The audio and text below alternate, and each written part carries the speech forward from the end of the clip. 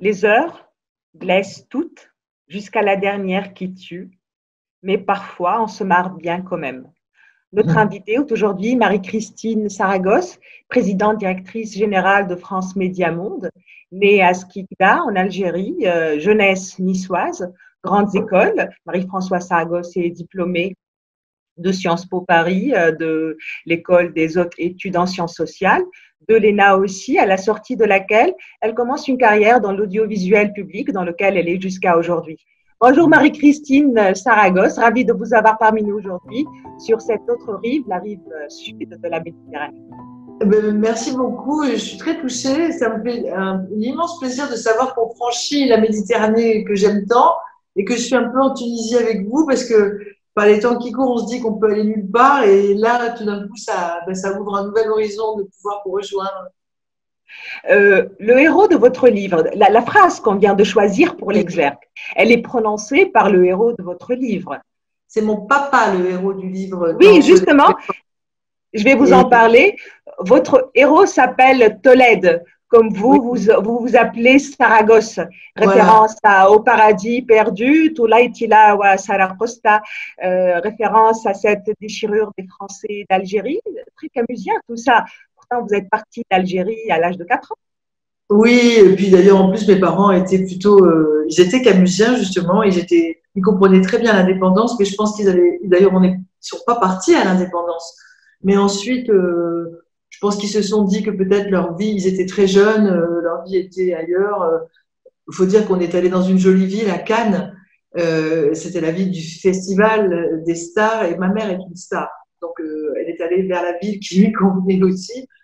Mais mes grands-parents sont restés jusqu'en 79 en Algérie. Et moi, j'y suis retournée finalement assez souvent. Et ça reste.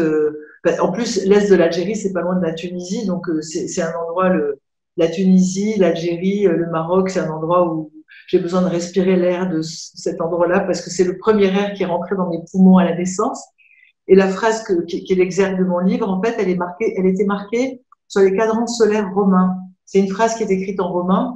Et donc, toutes les heures blessent, la dernière tue. Et c'est mon père à qui je fais rajouter, et pourtant on se marre bien quand même, parce qu'en Méditerranée, on sait se marrer, on sait rire même quand ça va pas, on sait trouver la joie de vivre. Et j'ai toujours aimé cette joie que j'ai trouvée sur la rive sud de la Méditerranée, ce sens de la fête et de la fraternité. Vous dites, j'ai fait l'ENA parce que toute ma famille a essayé de faire médecine et qu'elle a échoué. Est-ce une manière polie de vous excuser d'être brillante? Ah non, non, non, c'est pas ça, c'est parce que je pense qu'ils ne savaient pas que c'était impossible, ils l'ont fait. Alors, moi, l'ENA, j'y connaissais rien, je savais même pas que ça existait, je dirais, 2 ans avant de passer, je savais pas très bien ce que c'était. Je connaissais le mot énarque, je connaissais pas le mot ENA. Je croyais même que c'était un parti politique parce que quand je suis arrivée à Paris, à Sciences Po, on disait, celui-là, il a fait l'ENA, celui-là, il est à l'ENA, celui-là, l'ENA, l'ENA. Je me souviens que j'ai appelé mon père et il a éclaté de rire, il m'a dit, mais enfin, l'ENA, c'est pas un parti politique, c'est l'École nationale d'administration, pour vous dire, donc j'étais pas du tout… Alors, comme je connaissais pas, j'avais pas peur, donc je me suis lancée. Pour les femmes, la confiance, c'est pas quelque chose de spontané. C'est quelque chose qui, enfin, pour moi en tout cas, mais pour beaucoup de femmes que je connais, c'est quelque chose qui se conquiert, qui se prouve avec des signes extérieurs, des concours, des diplômes. Donc j'ai fait ça, mais au départ, je voulais plutôt être journaliste. Et puis finalement, j'y suis revenue plus ou moins, quoi, puisque après avoir fait l'ENA, j'ai travaillé dans l'audiovisuel. Je ne sais pas si j'ai fait ce que je voulais ou ce que je pouvais. Je me souviens que je ne savais pas très bien ce que je voulais faire. Et mon père, toujours lui, mais pourtant ma mère est partout dans ma vie. Hein, mais je parle tout le temps de mon père parce qu'on a parlé du livre. Mais il me disait, écoute, si tu ne sais pas où aller, tu n'as qu'à sauter le plus haut possible et tu verras bien où tu retomberas. C'est un conseil qui m'a soulagée sur le coup parce que comme je savais pas très bien où aller, donc je me suis dit, bah, vas-y, on te dit, il faut aller en terminale scientifique, fais du scientifique alors que tu aimes la littérature, vas-y, passe le concours alors que finalement tu adores l'écriture et que tu aurais voulu peut-être plutôt faire une agrégation de lettres, mais vas-y. Et finalement, j'ai pas forcément fait ce que je voulais, mais est-ce qu'on ne devient pas ce qu'on est au fond quand même? Le groupe dont vous êtes présidente France Média Monde est porteur de la francophonie dans le monde. Est-ce que vous sentez appuyé dans vos démarches dans votre approche de la francophonie? Est-ce que, par exemple, le projet de la réforme de l'audiovisuel ne risque pas de limiter vos plans d'action? Est-ce que vos budgets ne risquent pas d'être grevés? Alors, d'abord, il faut que je précise que France Médias Monde regroupe 66 nationalités et parle 20 langues. Le français est évidemment le ciment du groupe, tout le monde le parle, mais ça n'est pas la langue maternelle de la majorité même des effectifs du groupe. Il y a un réseau en plus de 1000 correspondants partout dans le monde et qui souvent parlent la langue du pays où ils se trouvent. Donc c'est une sorte de melting pot culturel, ou plutôt moi j'aime bien dire que c'est une tour de Babel. La diversité des cultures, des parcours des uns des autres fait qu'au fond, chacun est obligé de se décentrer pour entendre le récit, le discours, l'analyse de l'autre, ce qui permet de donner en tout cas une variété de points de vue et de laisser le citoyen qui nous écoute ou qui nous regarde ou qui nous lit forger son propre point de vue. Ça, c'est ce que je trouve très important et très intéressant parce que si on ne se décentre pas de sa trajectoire linéaire, on peut penser plus petit, on peut penser plus étroit, on peut se mettre trop au centre d'un monde qui est multipolaire, qui est complexe et qui nous montre que la mondialisation, en tout cas, peut avoir des inconvénients très rudes, puisqu'on voit comment une pandémie peut se répandre en quelques semaines et frapper l'ensemble de la planète et mettre en confinement des milliards de gens. Donc, on se rend compte que c'est important d'être pluriel chez nous. Et donc, on parle ces langues. Et d'ailleurs, dans cette période qui vient de s'écouler de pandémie au mois de mars, j'ai été frappée parce que ce sont les langues étrangères. Alors, le français a explosé doublement sur numérique, hein, puisque on ne peut pas faire de sondage d'audience en broadcast parce qu'il faudrait se déplacer, etc., ce qu'on ne peut pas faire. Mais en numérique, on a multiplié par 3 nos résultats pendant ce mois de mars et certaines langues ont été encore plus multipliées. Je pense par exemple le brésilien a explosé, le chinois a explosé, mais l'anglais a explosé aussi. Et on a comme ça 20 langues parce qu'on parle dari, pashtun, persan, enfin, on parle énormément de langues dans ce groupe. Donc le français n'est pas la seule, la signature exclusive du groupe. Évidemment que les médias en français, par exemple, RFI en français a doublé ses fréquentations. Ils font plus de 20 millions de visites sur le site de RFI en français au mois de mars. Et France 24 en fait aussi pas loin de 20 millions. Hein, donc, c'est 40 millions de francophones qui sont venus nous voir. Mais je veux dire, notre mission fondamentale, c'est de porter une information honnête, équilibrée, vérifiée, experte, ce qui en ce moment est très important, sur tous nos médias, radio, télévision, numérique, dans ces 20 langues, partout dans le monde, en cultivant le pluralisme, le débat, en étant indépendant, c'est l'article 1er, par exemple, du gouvernement français. Et donc, c'est ça notre mission, en français et en langues étrangères.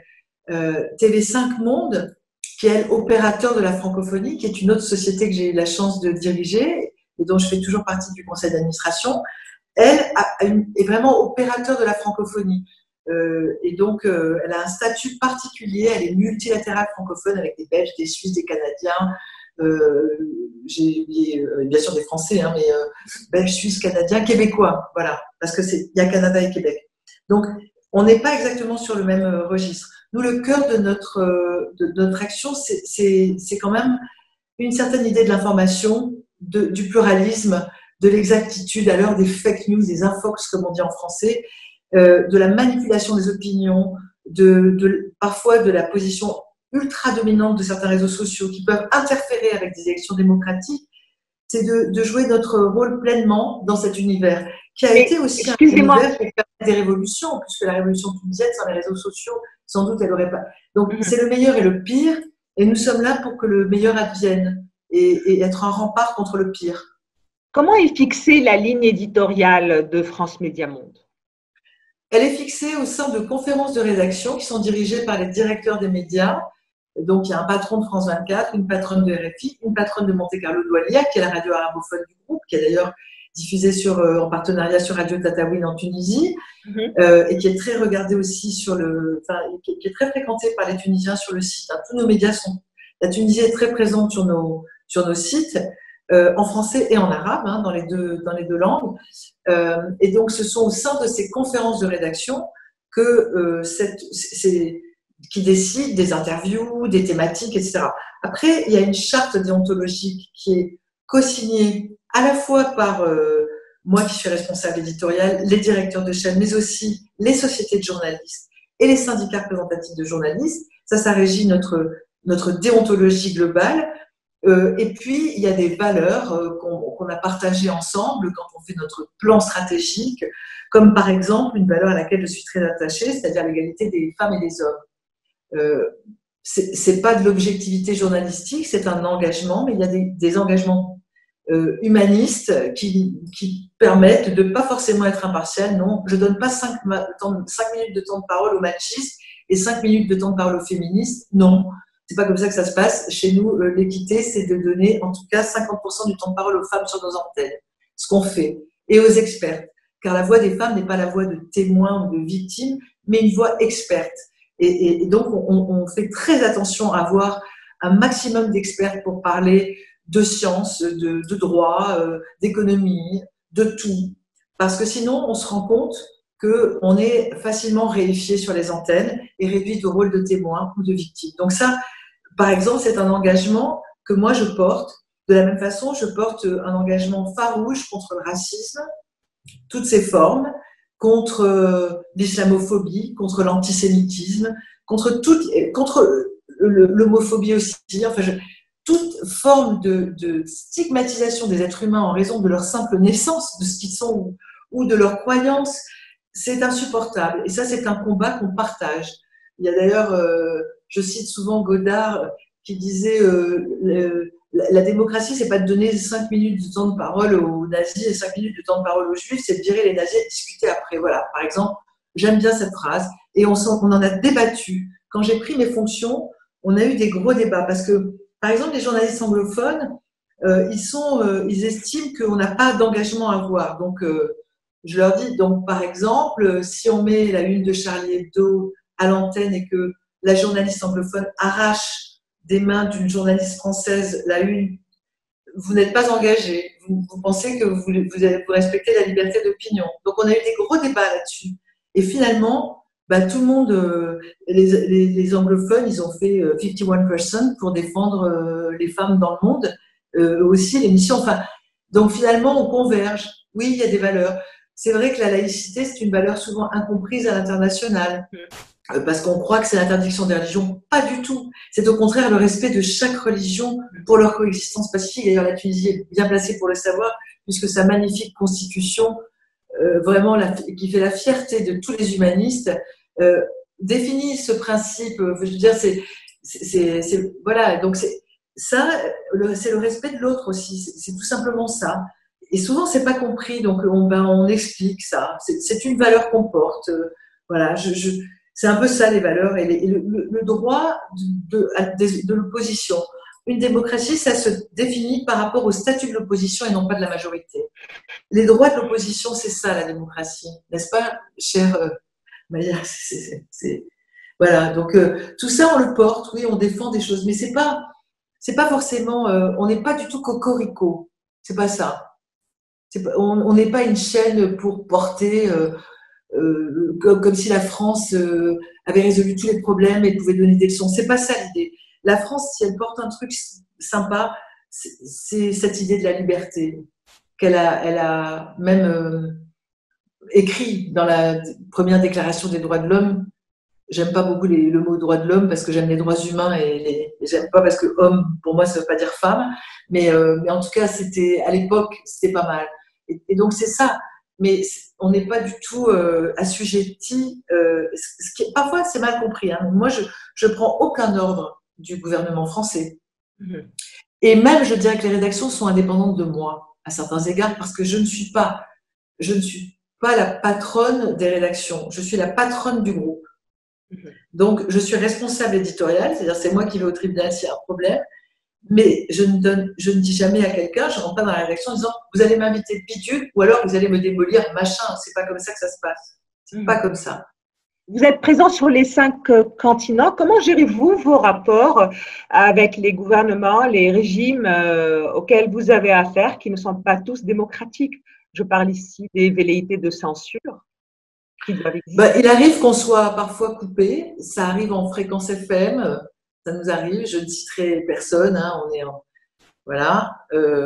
Mais il nous arrive d'être coupé. On est interdit de diffusion. Par exemple, en Chine, on n'a pas de licence de diffusion puisqu'il faut une licence pour être diffusé. Donc, on n'est pas diffusé en Chine. Parfois, on est diffusé, mais on peut être coupé. Parfois, on n'est pas autorisé à être diffusé en FM. C'est le cas au Maghreb.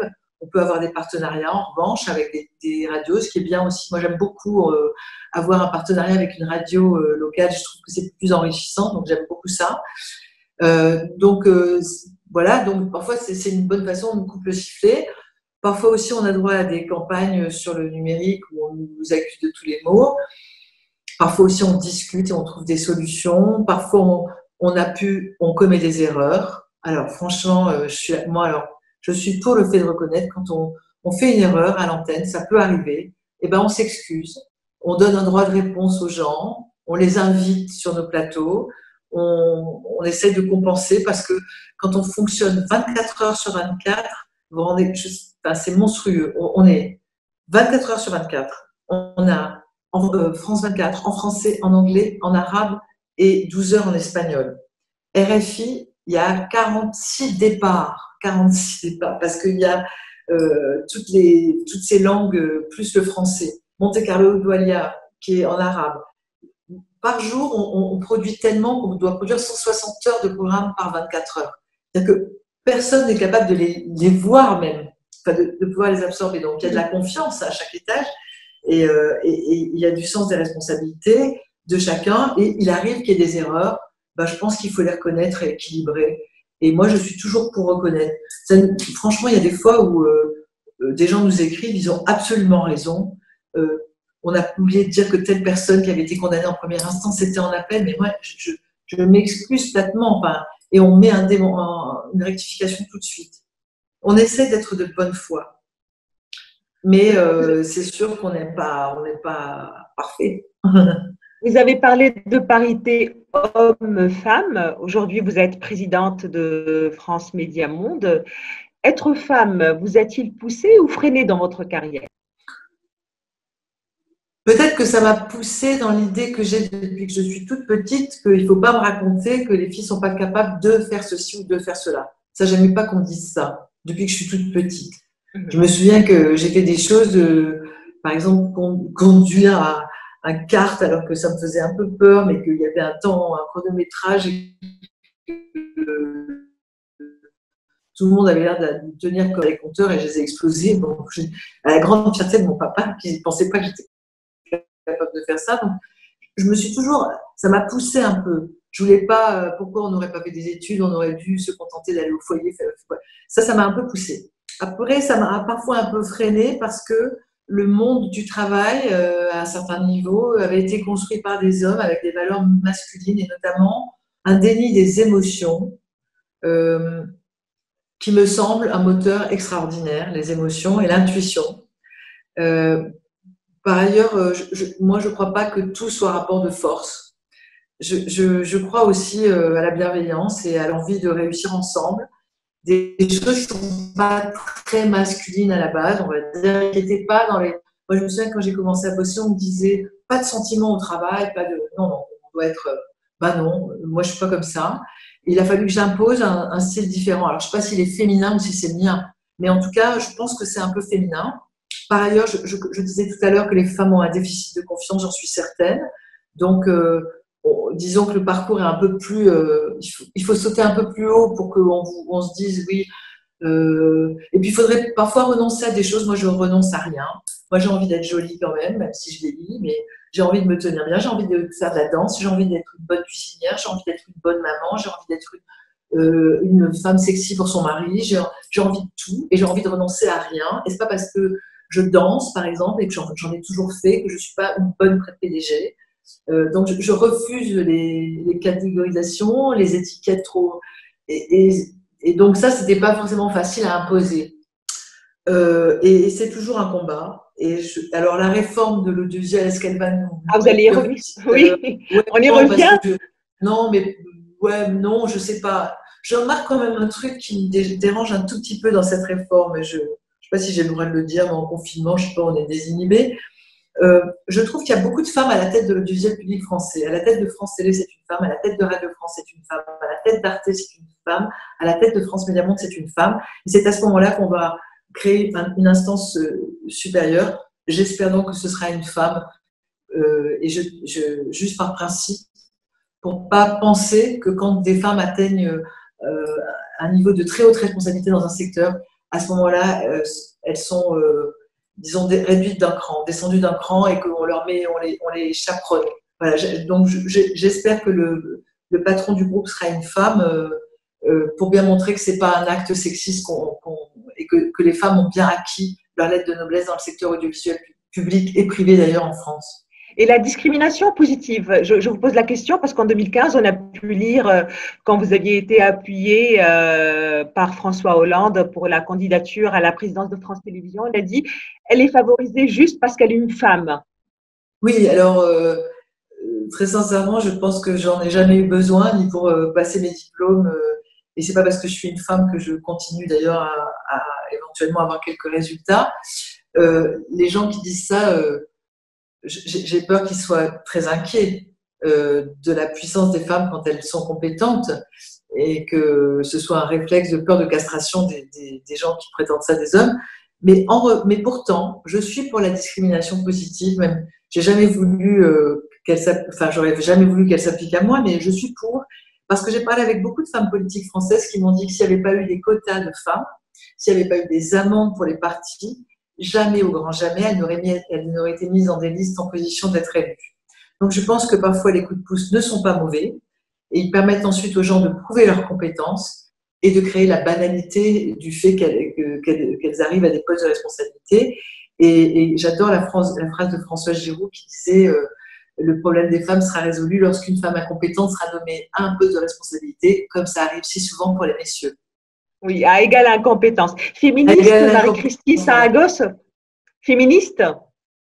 ah, complètement. Et puis, quand, il y a quelques années de ça, quand je disais que j'étais féministe, on me regardait comme si j'avais une maladie contagieuse. Pas assez, il faut croire, puisqu'il y avait encore beaucoup de gens qui n'étaient pas que féministes.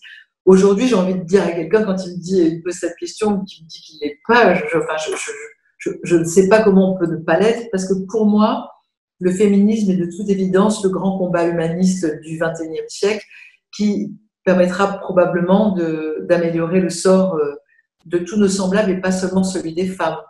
Parce que les femmes qui donc sont 51% de l'humanité et qui mettent au monde avec beaucoup d'amour les 49 autres pourcents aussi, je pense qu'elles ont beaucoup à apporter dans les sociétés. Donc, un pays qui se prive de ces femmes, et d'ailleurs la Tunisie le sait bien parce que c'est un pays phare dans ce domaine, un pays qui se prive de ces femmes se prive de capacités de développement et de bonheur collectif énormes. Comment expliquez-vous ce retour en grâce du féminisme après des périodes de vache maigre? Le mot a été même élu mot de l'année en 2017 par le Webster, qui est un dictionnaire américain équivalent de notre petit Robert.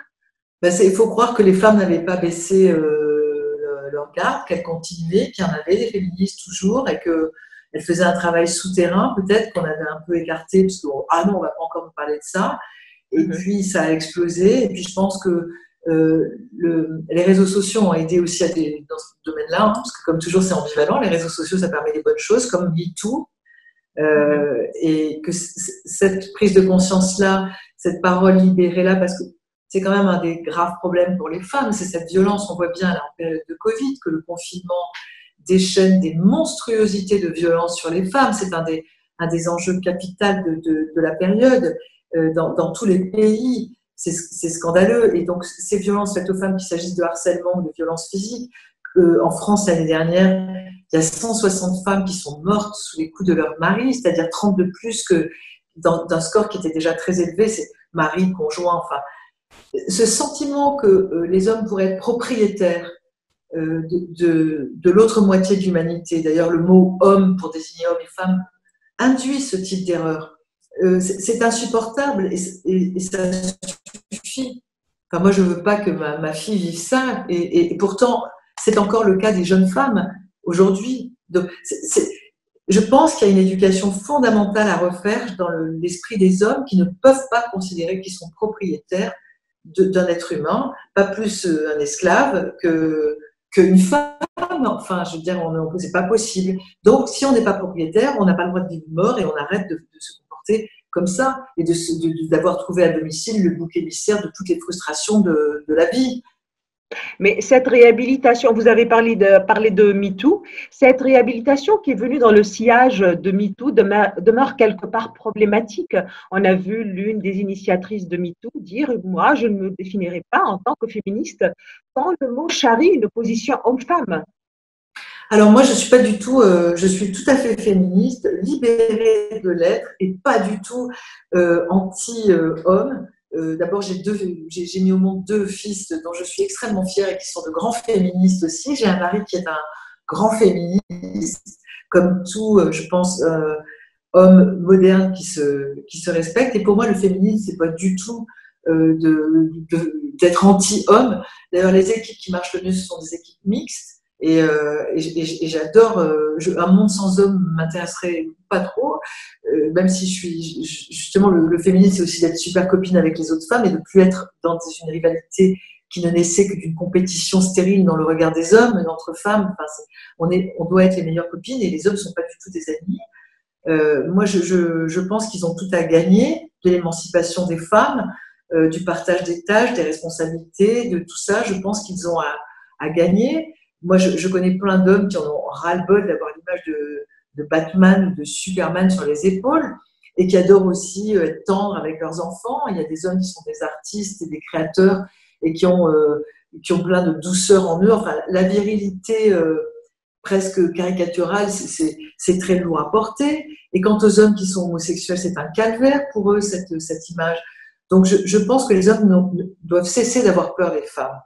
En vérité, tout le mal fait aux femmes tient au fait qu'elles font peur. Elles font peur parce qu'elles portent la vie et que cette vie, ça rapproche un peu de quelque chose de magique, de divin peut-être.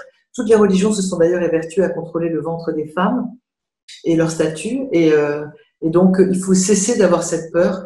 Les femmes ne sont que bienveillance pour les hommes qu'elles mettent au monde, dont elles sont des filles respectueuses quand elles sont des filles d'un père. La preuve, hein, moi, le mien, j'ai écrit pour lui. Enfin, et les féministes sont loin d'être les ennemis des hommes, au contraire. Mais il peut y avoir plus de perfidie à les assujettir dans nos griffes et dans nos toiles d'araignée que d'être leur égal. C'est la solution la plus saine pour eux. Vous qui êtes plutôt à gauche, ne pensez-vous pas que les analyses intersectionnelles liées au féminisme, féminisme noir, féminisme islamique, portées par la gauche, ont contribué et contribuent encore à affaiblir le féminisme en tant qu'universalisme? Je connais pas bien ces analyses. Ce que je sais, c'est qu'il m'est arrivé d'être surprise et moi-même, et au fond, c'était bien, par des approches féministes différentes de la mienne. Je me souviens de quand j'ai parlé en Algérie, que je suis allée présenter mon livre. J'étais à Alger et j'étais face à une salle de jeunes femmes qui étaient plus que voilées, enfin qui étaient vraiment avec le niqab. Et quand j'ai commencé à parler, je me suis dit, elles étaient très nombreuses et elles formaient une rangée devant moi. Et je me suis dit, elles viennent probablement parce qu'elles vont pas être d'accord avec ma façon d'être femme, ma façon d'être au travail, à ma famille, etc. Et donc je voulais surtout pas de polémique. Je n'étais pas du tout dans cet esprit. Et quand j'ai fini de parler, une jeune femme donc s'est levée, qui était donc avec son niqab, et elle m'a dit: je vous admire tellement. Vous voyez, je suis ici au Centre culturel français parce que j'apprends le français. Je veux devenir journaliste comme vous. Et j'étais stupéfaite. Et donc, on a eu un dialogue toutes les deux. C'était une jeune femme qui voulait, qui voulait avoir une vie professionnelle, qui était pleine d'idées, pleine d'énergie, et qui était habillée de cette façon. Et donc, je me suis dit, et pourtant, elle était féministe. Donc, j'ai été un peu déstabilisée. Pour moi, ça ne collait pas. Est-ce J'ai que dû vous me pensez, décentrer. est-ce que vous pensez qu'on peut être féministe en considérant que son corps est impur et qu'on doit le couvrir, en intériorisant cette idée. C'est pas simple pour moi, ça. J'ai du mal à accepter ça, oui, comme idée. J'ai vraiment du mal. Parce que j'ai du mal, mais je pense que les raisons pour lesquelles on arrive à ça ne sont pas nécessairement celles que vous dites, c'est-à-dire que son corps serait impur. Ça peut être une pression sociale, une habitude culturelle, le souci de ne pas être embêté dans certains endroits. Il peut y avoir plein de chemins. En tout cas, quand la parole est possible, chaque fois qu'on peut échanger, même si on n'est pas d'accord au départ, essayer de faire un… Et finalement, on a fait des selfies, vous voyez, on a fait un selfie. Et je me dis que tant qu'on se parle, le pire ne peut pas advenir. Mais il faut se parler, vraiment, avec sincérité et sans haine. C'est pas toujours facile. Exactement. Vous-même, vous êtes féministe, mais vous dites « J'aime bien qu'en même temps on me tienne les portes ». Archéoféminisme? Non, c'est parce que je dis ça en rigolant. Je dis, tant qu'on a 20% d'écart de salaire, on peut bien me tenir la porte et me tirer la chaise et voir payer le restaurant. On verra quand on aura égalité parfaite des salaires. C'est aussi les hommes qui détiennent 80% du patrimoine mondial, qui ont tous les postes de dirigeants, tout ça. Donc, le jour où on sera vraiment à égalité, on verra si je veux bien pousser ma porte moi-même. C'est une boutade, évidemment, c'est pour rire. Mais je vois pas pourquoi on cumulerait pas tout, l'égalité des salaires et quelques privilèges. Après tout, moi, ce qui me fait du bien, je vois pas pourquoi j'y renoncerais quand ça fait de mal à personne. Marie-Christine Saragos, nous allons clore sur le confinement. Comment vous adaptez à ce confinement? Alors d'abord, moi, je suis pas totalement confinée puisque je vais à France Média Monde plusieurs fois par semaine. Donc, voilà, j'ai mis en place là-bas, d'ailleurs, puisqu'on est obligé pour tourner, pour produire, d'avoir une organisation sur place malgré tout. On ne peut pas tout faire en télétravail, même si on fait beaucoup en télétravail. Hein. Il n'y a que 15% des effectifs qui sont sur site à un instant donné, un jour donné, et on arrive à tourner dans toutes nos langues, tous nos médias. Donc, je m'occupe beaucoup de gérer ça, de mettre en place le télétravail, de faire des innovations. On a une cellule de crise quotidienne. Je travaille plus qu'avant parce que finalement, en télétravail, on peut commencer à 7 heures du mat quand on se réveille dans son lit avec son iPhone, on peut commencer. Et finalement, on peut lire le dernier mail à 23 heures ou à minuit quand on se couche, donc il faut faire attention. Sinon, je dois vous dire que, à part le fait que je suis meurtrie pour les gens qui sont malades, pour les gens qui meurent, pour les gens qui souffrent économiquement parce qu'ils ont du mal pour gagner leur vie, tout ça, ça me mine. J'admire énormément les personnels soignants. Et en même temps, je trouve que ça remet un certain nombre de choses en place. Vous voyez, l'essentiel et l'accessoire, ça clarifie. Dans ces vies où on s'éparpille parfois, moi, je suis avec ma fille. J'ai 2 fils qui sont pas avec moi, mais mon mari, la famille, le poids de la famille, l'importance de ceux qu'on aime. Je redécouvre ma maison, que je suis très peu vu les horaires que je fais. Je redécouvre la nature parce que c'est plus pollué. Et je me dis que dans ce drame, j'essaie de voir un peu de choses merveilleuses aussi. On n'aurait jamais eu l'idée de faire ce qu'on est en train de faire sur le confinement. Exactement. Et je trouve que c'est chouette. Mais en même temps, est-ce que vous pensez qu'il y aura un monde d'après Covid-19? Je l'espère et on y travaille d'ailleurs sur nos chaînes. Alors, pas avec des économistes seulement, hein, parce qu'ils se trompent souvent, mais avec des citoyens, des philosophes, des écrivains, des artistes. Si on pouvait ne pas exactement retourner à la case départ et tirer quelque chose de bien de ça, même d'un point de vue professionnel, hein, je veux dire, par exemple, le télétravail, ça nous a ouvert des horizons qu'on ne maîtrisait pas à ce point-là. Peut-être qu'il en restera quelque chose, peut-être que ça nous permettra d'économiser du temps de transport certains jours, de moins polluer, de faire des choses plus à distance au lieu de prendre autant d'avions.